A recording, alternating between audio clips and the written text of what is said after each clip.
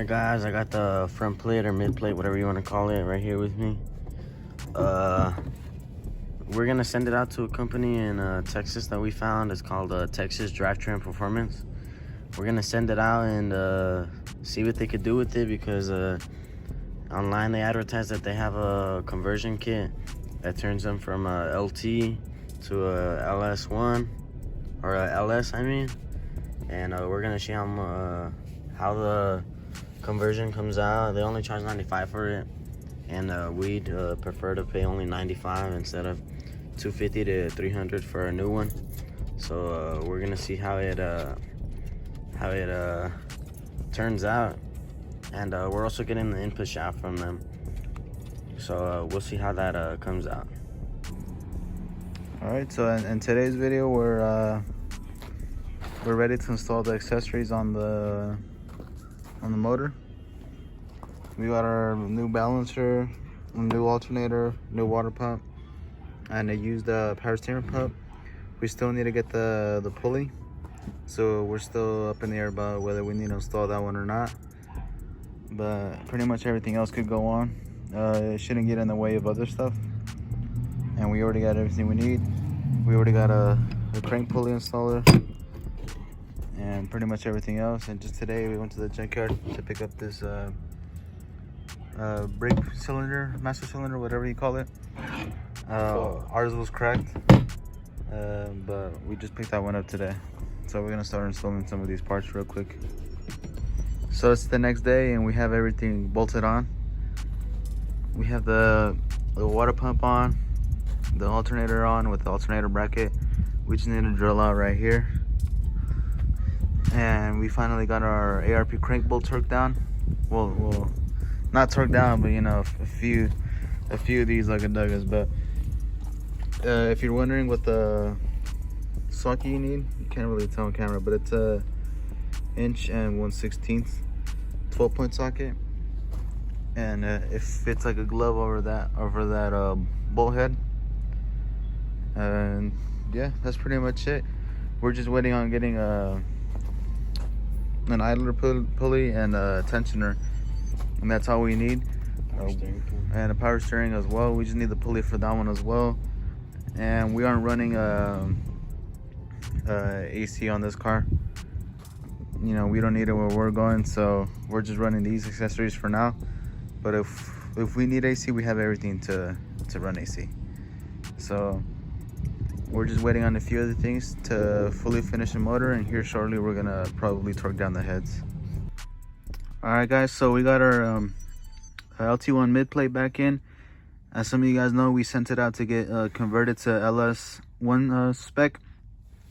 We sent it out to a company in Texas called Texas Drivetrain Performance.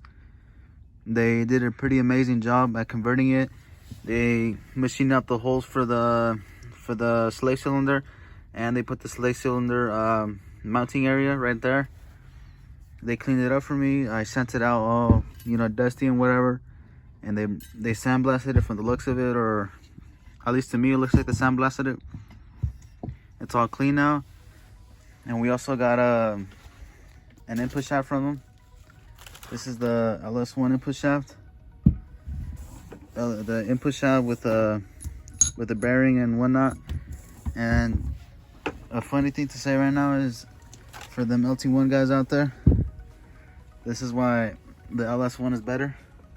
LS1's on the left and LT1's on the right. That's all I'm gonna say. And we got a clutch as well. We got a Spec 3 clutch.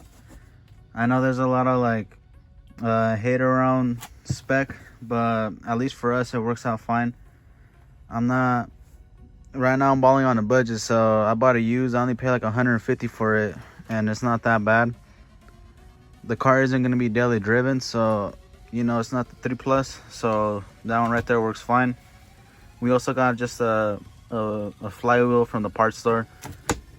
No real reason to get like a lightweight one. That one would work just fine for us. So the transmission is pretty much complete, just besides the slave cylinder and the dowel housing. And we also need a proper shifter too, or at least a shifter handle. So we're pretty much almost there at getting the car running.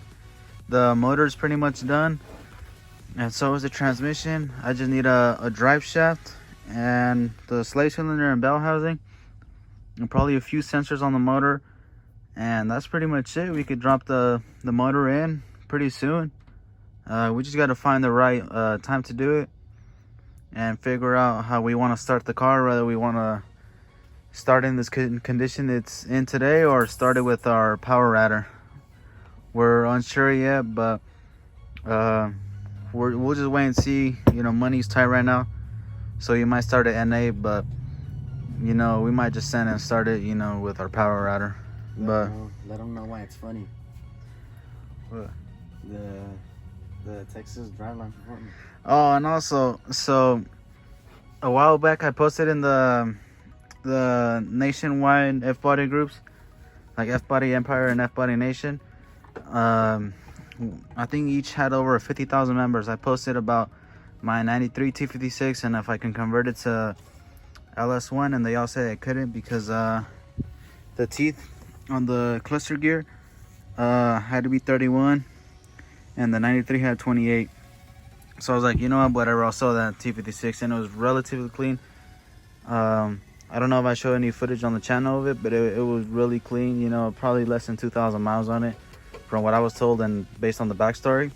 And funny enough, when I was looking at Texas Drivetrain Performance's Instagram, I just clicked on the random post, and their post said right there that they made 28 tooth LS1 style input shafts for 93 T56s. And mind you, this was way after I sold my 93. So you could say I'm kind of annoyed about that, you know, out of 70,000 people, you know, in that group, none of them mentioned this company. So, you know, that's always fun, right? But I mean, this 97 ain't bad either. I got a pretty good deal on it, so I'm not too mad about that, but it's still kind of annoying. We'll leave the description to their website in the description. They charge us only 95 bucks for the conversion. Yeah, for the conversion I only pay 95, and for the input I had to pay I think like 180. But I'm not too mad on it, you know. Generally they go for like 150, and you know what, might as well just get it all from the same source. But you know what, this is just an update just to show you guys that we're pretty close on getting the car running and that the T56 is pretty much ready. Alright guys, as you can see, we're cleaning the head again because we're gonna start torquing down the heads. You can see we got the studs in. We've been had the studs in, but we're just gonna start torquing them down. And we're gonna put in the valley cover gasket. We're just waiting on the knock sensors and the steam ports for up here, but that could wait. And as you guys know, we got the transmission, we got pretty much everything. We just need the slave cylinder and the bell house, and the transmission's done. So yeah, this is we're gonna continue torquing them down, and I'll tell you guys the torque specs. All right, so since we aren't running genuine ARP head studs, we can't run the ARP torque specs. So what we're doing is we're doing 70 foot-pounds on the big ones. We're breaking that into 3 sequences. The first pass is going to be 30, second pass is 50, and the final pass is 70. And the top ones get torqued down to 20 foot-pounds, if I recall correctly. 22 foot-pounds. The reason we're not doing, you know, the ARP torque sequence is because they're not genuine ARP. And they stretch. They like to stretch. Yeah. So we're just gonna do the normal torque sequence. We know it's 1, 2, you know, 3, 4, etc. And then, you know, we'll finish it all up. We're just probably gonna do this head for now, and we'll do that head at a later time. And in the next clip, I'm gonna include a photo of the torque sequence so you can see how it's done. Alright guys, we got our torque down. We got the push rods in, and we got the rockers in. They're not torqued down yet. We're doing that right now. And of course, we did the ones that are right here to 70, these to 70, and these to we went up to 25, but I don't know if it's gonna be enough because you can see the gap. I don't know if that should be a worry, but if it is, we're gonna torque it down to as much as possible, because we don't want to stretch them. And the size for these are, what are the sizes? So it's half inch 12 point, And on this one, what is it?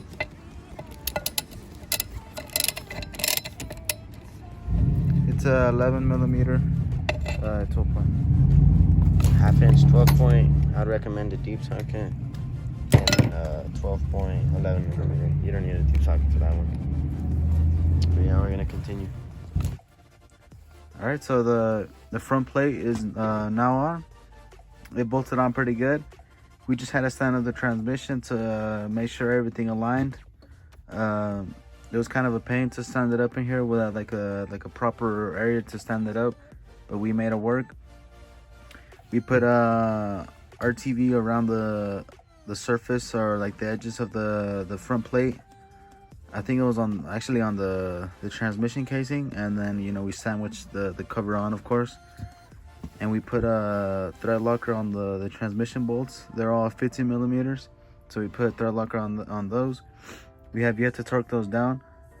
We'll torque them down here shortly once we're ready to assemble everything. I still need the master cylinder and the bell housing, and then I need a shifter bolts, and we'll be able to complete the transmission for the most part. But as you can see, the transmission spins over smoothly, no real problems, and it seems to be a pretty beefy input shaft. So I'm pretty happy with going through the Texas Drivetrain Performance and having them do the work for me.